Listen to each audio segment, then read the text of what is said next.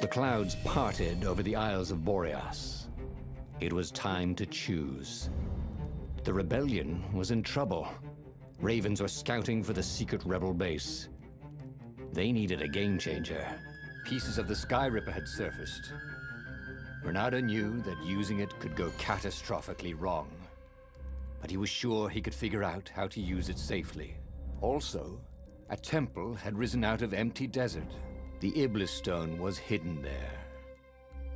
It was a dangerous artifact. It could corrupt its user into a bloodthirsty monster.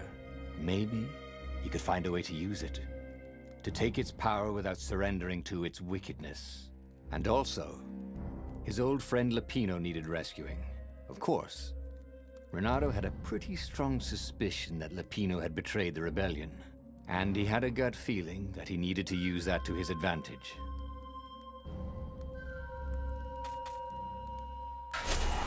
The island was windswept desert. No one went there except ostriches and ostrich hunters. The Iblis Stone. It would whisper promises in his ear, offer him power for blood. But this time, Renardo was sure he could master it. And so, Renardo went ostrich hunting.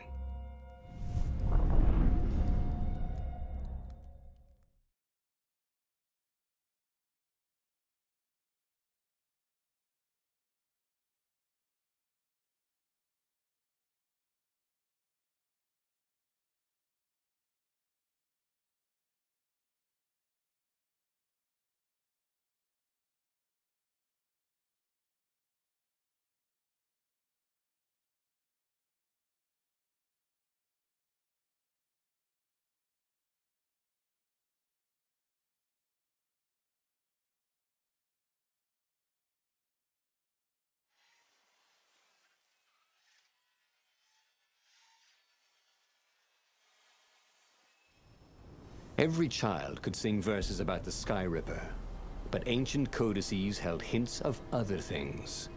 A stone that ate souls, a ruby that drank blood, a jewel only a righteous man could give away. Were all these things the Iblis Stone? Long hidden in a buried temple, another ancient item that was only resurfacing now, drawn up from the deeps by the Emperor's horrific rituals?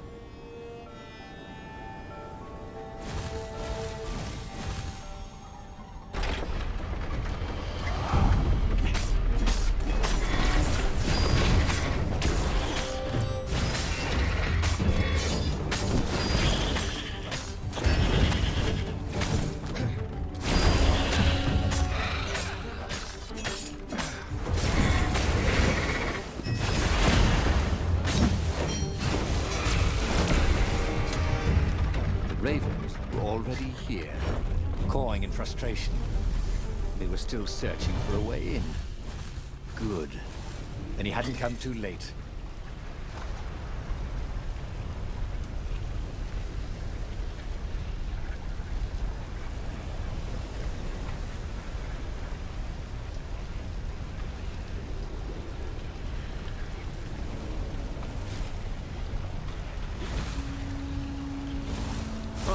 Who wants to die first?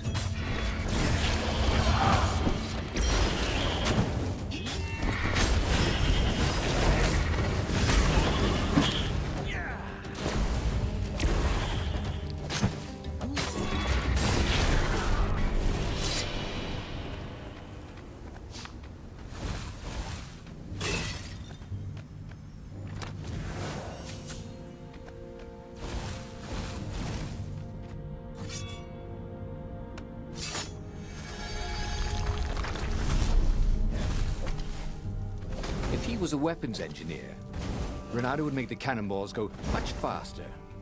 And fire randomly, obviously.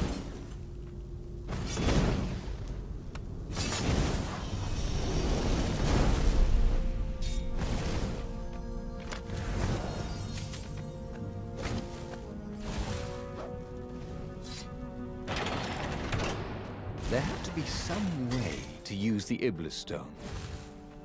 It was old, wasn't it? People are so much cleverer now. And Renardo was pretty sure he was cleverer than most people.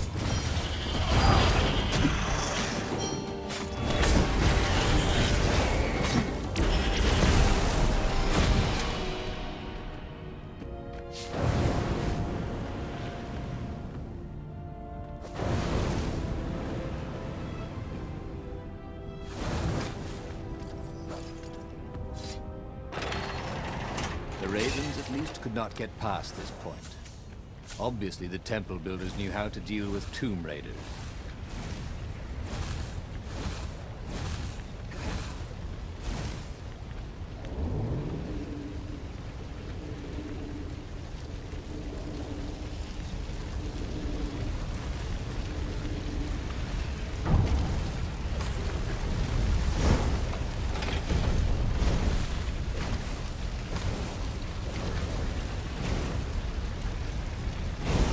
It looked like they'd forgotten to turn off their flamethrower.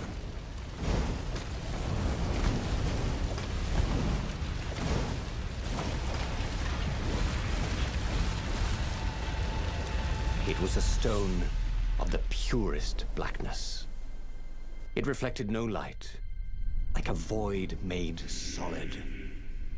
Nervous, he picked it up.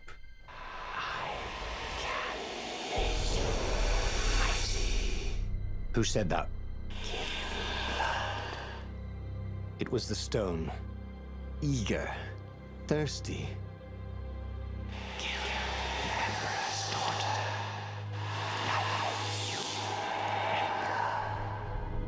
That seemed tempting and terribly wrong. Zenobia was the Emperor's greatest general and a potent witch. But they had been close once. And he had a sneaking suspicion the gem would try to control him. Why not capture the core of Skyripper instead? It was the eye of a lost god torn out by the transcendent Emperor to power his greatest weapon. "It's the core," said the stone anxiously. But even though Renato knew how evil the gem was, he had a clever plan for dealing with it. The stone bothered him. He hated being told what to do. Wasn't that why he joined the rebellion? Wasn't that why he'd refused to be a soldier? He'd agreed to come on board only if he could freelance. The stone felt a bit clingy, and he had a feeling it did not have his best interests at heart. The sage Calaveras had told him where to find the Skyripper, a weapon capable of challenging the gods. Even without its armature, the core would still possess great power. He would go there.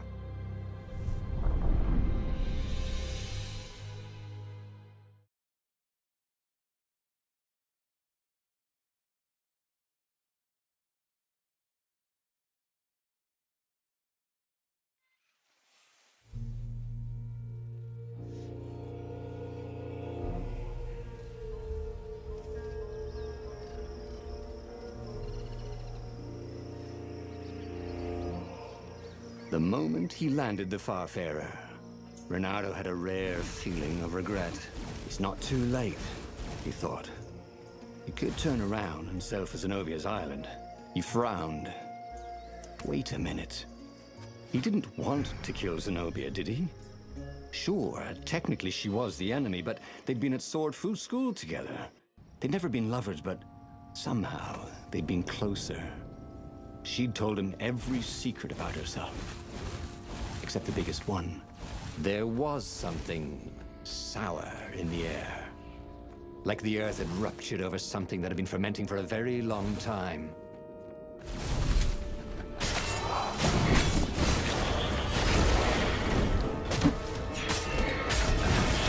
Renato hoped the other end of this portal wasn't suspended over the abyss.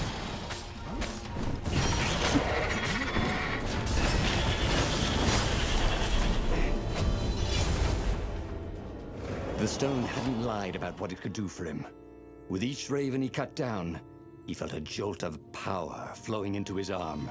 "You're weak," whispered the stone. "The core will kill you." "Are you afraid of it?" "No, don't be ridiculous," it chuckled. But it's unstable. It will poison you if so much as carry it, and then if you try to use it, it will explode catastrophically. Renato did not trust rocks that talked in his head. He went onwards.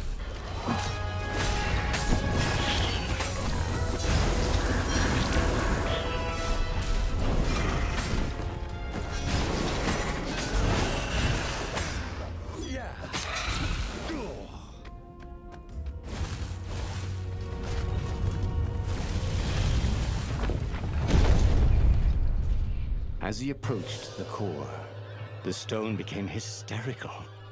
No! It's too much power. We'll rip a hole in space and time. He had a sudden vision of plunging his gauntlet into the core and dying in anguish. That wasn't his vision, was it? The stone had sent him its darkest fears, hadn't it? He had a sudden impulse to do exactly that. He raised his right fist and plunged it into the core. There was a rush of light. He thought he could hear the stone screaming.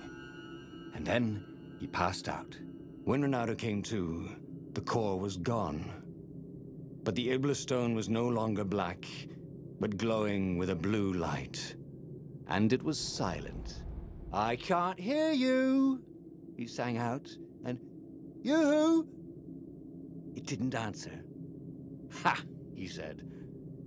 He had defeated the demonic gem with the power of his mind. He felt invincible. It was time to attack the Imperial outpost on the Nexus. Take the battle to the enemy. But among the huge crystals, there was also an observatory. A wise man would probably ask the scientists exactly what he had first. How wise was he? As the Farfarer sailed towards the Nexus, Renato wondered if the core had been created to silence the stone, or even to feed its hunger. Honestly, he didn't care. He felt terrific, and he appreciated the quiet inside his head.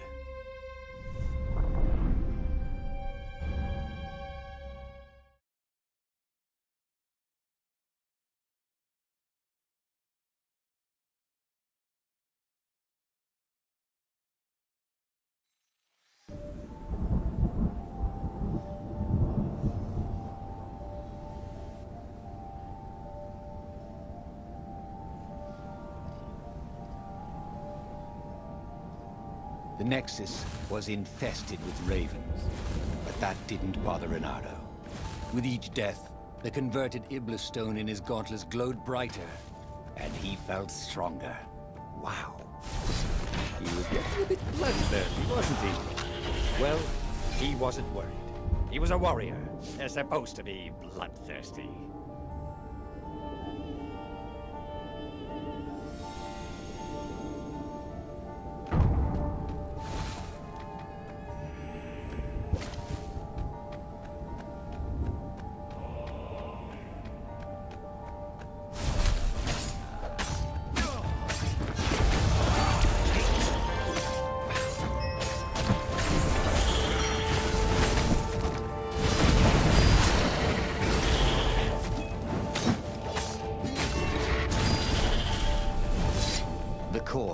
Absorbed in the stone, was doing its job perfectly.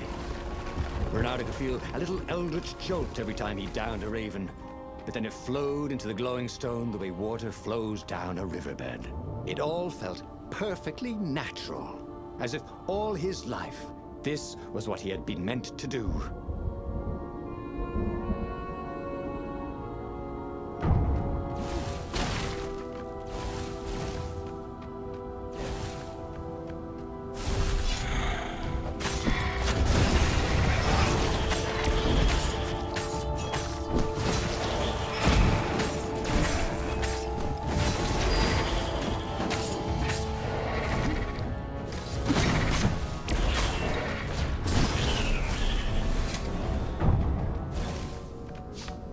Renato tore through the last remaining guards at the outpost like hot coffee through snow.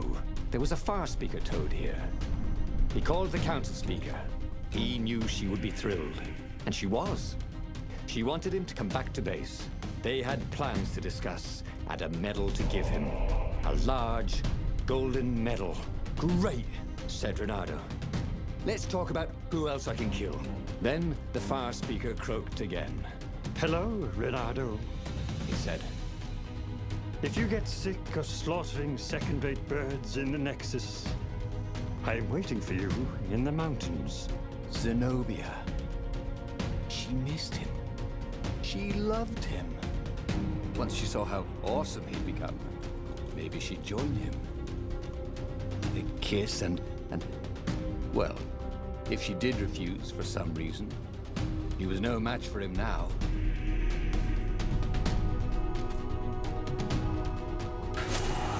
Zenobia was taunting him. No doubt she hoped to lure him into a trap. Well, he was nobody's sucker. Especially not hers. He carried victory in his gauntlet. He would go where the council pointed him.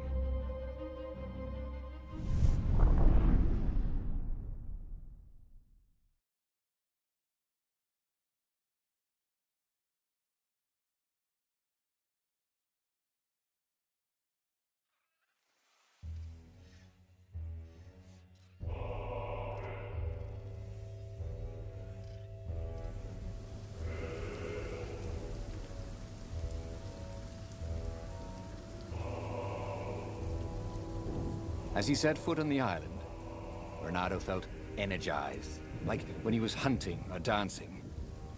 Then he smelt it, the stench of ravens. It was a good thing he was here too, before they tripped over the secret base. He was really saving the council toad's bacon, so to speak.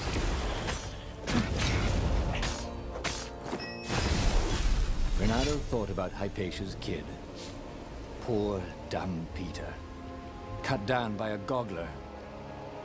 He wondered if Peter had known he was protecting the Book of Destinies.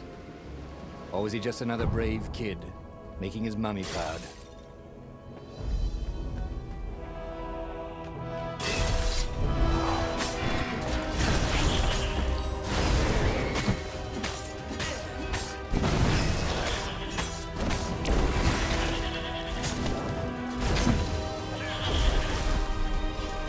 Renato had an artifact that made him practically a godlike warrior.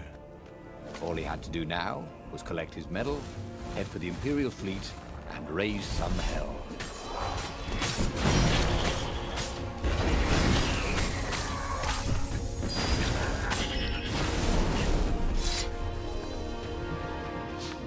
See? Renato was a hero of the revolution. He deserved a medal. Soon, he deserved every medal they had, and hopefully one big medal ceremony in front of everybody with trumpets, so everyone could know what he'd accomplished.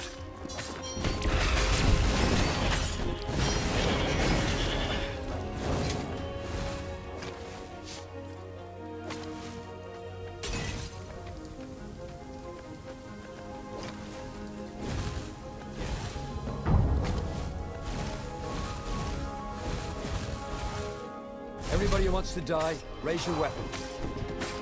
All right.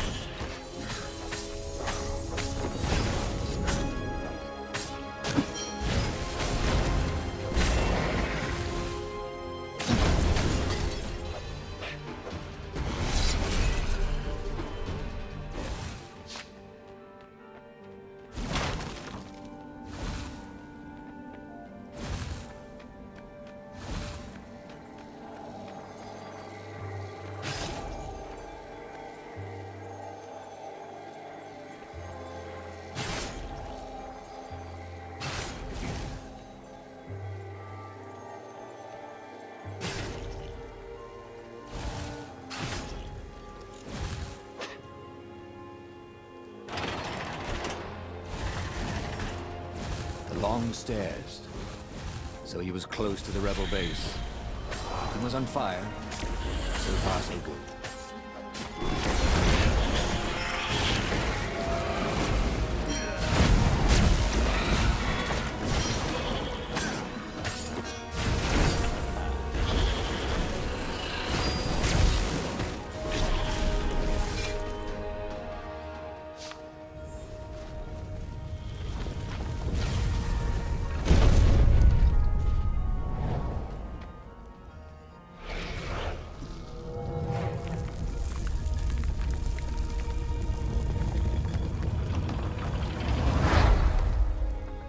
Inside the rebel base, Renato was invited to the council speaker's private chambers.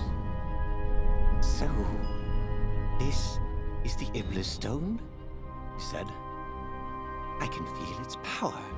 Renato told her how he had fed the core to the stone and made something even more useful than either. Crazy like a fox. she croaked. And Renato chuckled as if he'd never heard the joke before. We've given you the best quarters and a bottle of Tantalonian firewater, all for you. So they'd remembered. He woke in the morning with the sweetest of hangovers. But the Iblis Stone was gone from his gauntlet. The corridors were empty, except for a few rebels who looked just as hungover as him. Come on, you'll miss the battle, they yelled. Renato added sail as the Farfarers scudded across the sky. Who could have taken the Iblis Stone? Was it some Imperial spy? He would find him and kill him and take the stone back.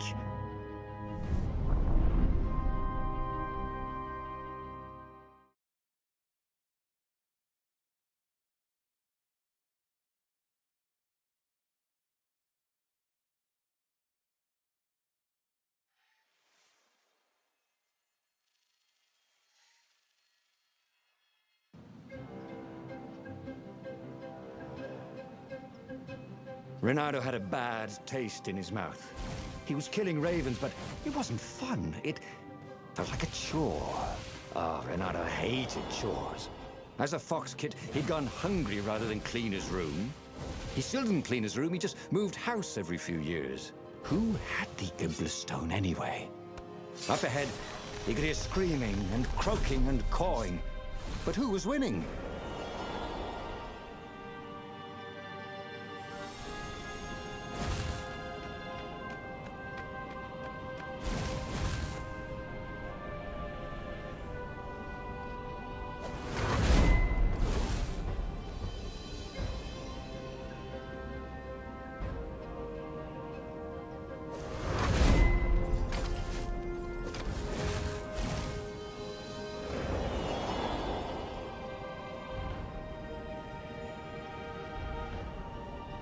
As he ran forward, Renato noticed that some ravens were starting to ignore him, just running away.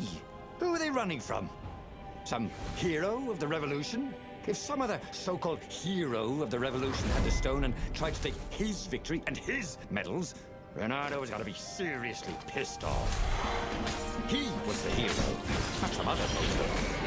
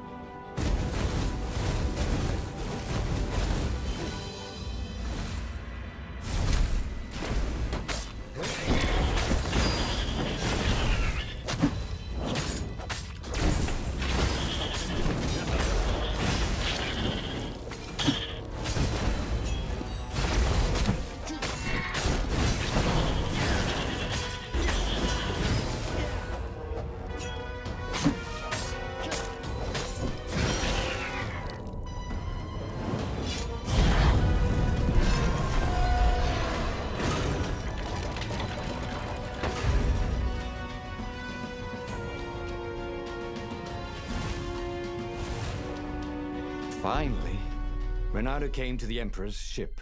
Zenobia lay dead in front of it. The ship was a wreck. Ravens lay dead, sprawled everywhere. Bloody feathers spattered across the deck and the dock. The council speaker came out. She was waving a sword around like a flag. "Look at me, Renato!" she croaked. The Iblis Stone on the sword was black as coal. "Now I will be Empress, and all shall tremble before me," she croaked. So the stone had her. It was in her brain, whining for blood. "I'm afraid I can't allow that," said Renato, and moved to fight her. Toads are not usually good with swords. Something about the footwork. And the council speaker was not even a warrior. She was always tripping over things, which was quite an impressive achievement when you're a toad. Yet somehow, she was pressing Renato backwards as he desperately tried to keep her sword away from his throat. Look, why don't you keep the stone? He asked. You deserve it. Blood and souls for Iblis, she croaked. Blood and souls. She got under his guard with her sword. It was just the tip. But sometimes just the tip is enough. He could feel his soul being sucked into the stone. As he died, he felt embarrassed more than anything else.